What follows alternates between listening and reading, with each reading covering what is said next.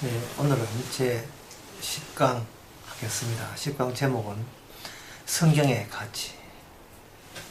성경이라는 것이 기존에 많은 사람들의 지혜, 그리고 똑똑함, 도덕과 윤리, 그리고 고상한 사람들의 그 체험담, 이런 인간의 지혜담이 역사적으로 많이 쌓여 있음에도 불구하고 거기에 하나로 또 첨가해서 성경이라는 것이 끼어 들어있다고 이렇게 생각한다면 성경이 기존의 인간들이 지혜서나 그 진리를 주장하는 것과 큰 차이가 없겠죠.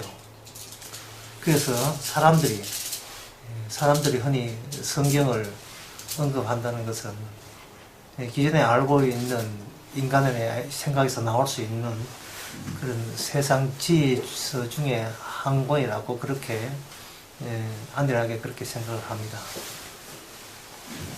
그런데 성경을 그것을 제대로 몰라서 그런 것이고, 성경을 진지하게 보았다면 세상의 그 윤리 도덕책하고는 전혀 다른 책이라 하는 것을 우리가 눈치챌 수 있습니다. 한 가지 예를 들면,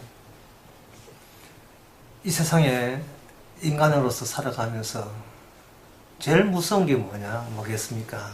그것은 아마 가난일 겁니다. 가난보다 더 무서운 게 없습니다. 한국에 있는 많은 그 선교사들이 가난한 나라에 선교하러 갈 때 그들은 성경의 진리, 예수 그리스도, 복음 그런 것을 전거한다고 사명받았다고 그렇게 나오지만 막상 현지에 가보면 복음을 전한다든지 진리를 전하는 것 우선으로 그들에게 돈과 떡과 신선한 마실 물을 제공하는 것이 마치 하나님의 뜻인 양 그렇게 생각될 것입니다. 라이베리아라는 나라가 있습니다. 아프리카의 이제 서쪽 해변에 있는 나라인데 세계에서 못 살기로 10번째 속한 나라입니다. 그 나라는 국민의 75%가 실업자인데 방송에 보니 거기에 3살 먹은 아이가 등장합니다. 3살 먹은 아이가 하루 종일 뭘 하느냐 하면은 망치를 들고 돌을 깹니다. 그것도 이틀 동안 굶어 있는 상태에서. 그걸 취재하러 갔던 방송에 한국의 방송사가 그걸 보고 너무 가슴 아파서 할 말을 잃었다는 겁니다. 도대체 3살 먹은 아이를 하루 10시간 동안 돌을 깨야 될 이유는 그렇게 그 암석을 깨어서 아버지가 큰 암석을 깨게 되면 아이는 그걸 망치를 들고 3살 먹은 아이가 하루 종일 깨는데 그걸 자갈로 만들어주면 그러한 일로 한 끼 밥이 나온다는 거예요. 그러면 그 나라의 라이베리아 이 나라의 가장 큰 문제점은 신앙이고 성경 진리를 모르고 그런 게 문제가 아니라 어떻게 그 가난에서 약간아마 해소할 수 있는 어떤 해결책이 급성으로 느껴질 것입니다. 그렇다면 만약에 그 나라에 선교사로 갔다면 이것은 성경은 제쳐두고 무슨 교육에 대해서 뭔가 가르쳐야 된다는 거예요. 산화제에 대해서 이야기해야 되겠고, 그리고 아이들의 교육 문제, 사람은 자기가 아는 만큼 보이기 마련이니까 세상을 볼 때 허비하지 않고 다른 어떤 식물이 주어질 때 그걸 아낄 수 있는 그러한 정신체계. 그러니까 이 물질적인 이 가난에 벗어나는 해결책은 어쩌면 신앙에 있는 것이 아니고 정신적인 무장, 정신적인 교육, 반복적인 훈련, 그걸 통해서 그것을 근본적으로 가난에서 벗어나게 해준다면 그게 진정 하나님께서 주시는 축복이요, 복음이 아니는가, 그런 생각이 들 것입니다. 그런데 만약에 어떤 사람이 성경을 가지고 그들에게 접근한다면 그들은 성경을 대할 수 있는 그러한 기본적인 여건조차 되지 않는 상태에서 과연 복음을 전하고 예수님을 전하고 그리고 성경 말씀을 전할 수 있는 그러한 기회를 가질 수 있겠느냐 하는 내 의심이 될 것입니다.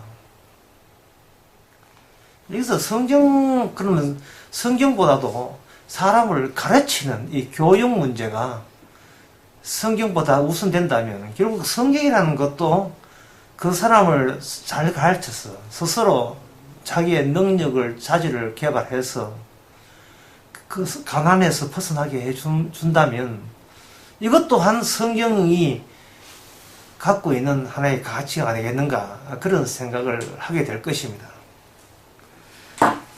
그런데 예수님 같은 생각이라면, 예수님 같은 마음이라면 과연 예수님이 그날에 갔을 때 뭐라고 말씀하시겠습니까? 마태복음 13장 그 15, 14절부터 보면 이런 말씀이 있습니다. 이사야의 예언이 저에게 이르렀을 때 너희가 듣기는 들어도 깨닫지 못할 것이요 보기는 보아도 알지 못하리라. 이 백성의 마음이 완악하여져서 그 귀는 듣기에 둔하고 눈은 감았으니 이는 눈으로 보고 귀로 듣고 마음으로 깨달아 돌이켜 내게 고침을 받을까 두려워함이라. 이렇게 되어 있습니다. 이 본문 말씀에 의하면 예수님께서 성경을 언급하시고 말씀을 하시는 것은 그 사람이 그 말씀을 알아들어서 서로 깨우침을 받아서 그래서 자기 형편이 살만한 형편으로 인간답게 살아갈 수 있는 삶의 가치를 향상시킬 수 있는 그런 방안으로서 주께서 그런 말씀을 주신 게 아닙니다. 쉽게 말해서 인간은 물질 없이는 그리고 재물이 없이는 살 수가 없습니다. 이 재물이 얻으려면 인간은 정신적인 존재이기 때문에 정신적인 훈련이 되어야 되는데 그 정신적인 훈련은 반복적인 학습과 교육으로 충분히 가능합니다. 그러면 그걸로 다 완료된 거, 만족한 거 아니겠습니까? 그걸로 인간답게 사는 것이 그게 끝이 되지 않겠습니까?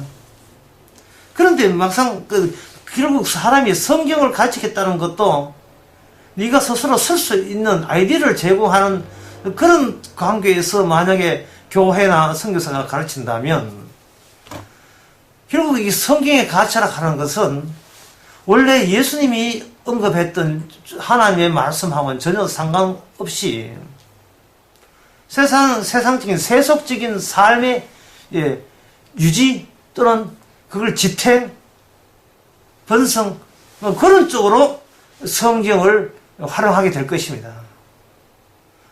목회자들이나 선교사들이 그렇게 생각하는 이유는 그래야 그들이 예수님에 대해서 어떤 친화력을 가지고 예수님에 대해서 좋은 호감을 가질 것이라는 생각을 사람들이 선입관을 갖고 있다는 거예요.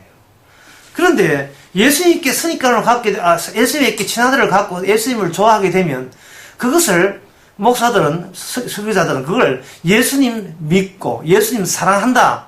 그래서 그 사람은 아마 이런 혜택과 이런 삶의 유지를 제공했기 때문에 그런 좋으신 하나님, 그런 자비가 넘치는 그 메시아를 받아들여서 아마 천국에 가게 될 것이라는 그런 생각을 하게 될 것입니다. 그런데 막상 마태복음 13장 읽었던 15절 17절 말씀 보면 예수님께서는 오히려 반대로 나옵니다. 사람들이 뭘 원하고 있다는 것을 주께서 아십니다. 돌이 떡되게 하라 하는가, 그래서 나를 배불리게 하는가 할 수 있는 메시아라면, 하나님이라면 믿을 용의가 되어 있다.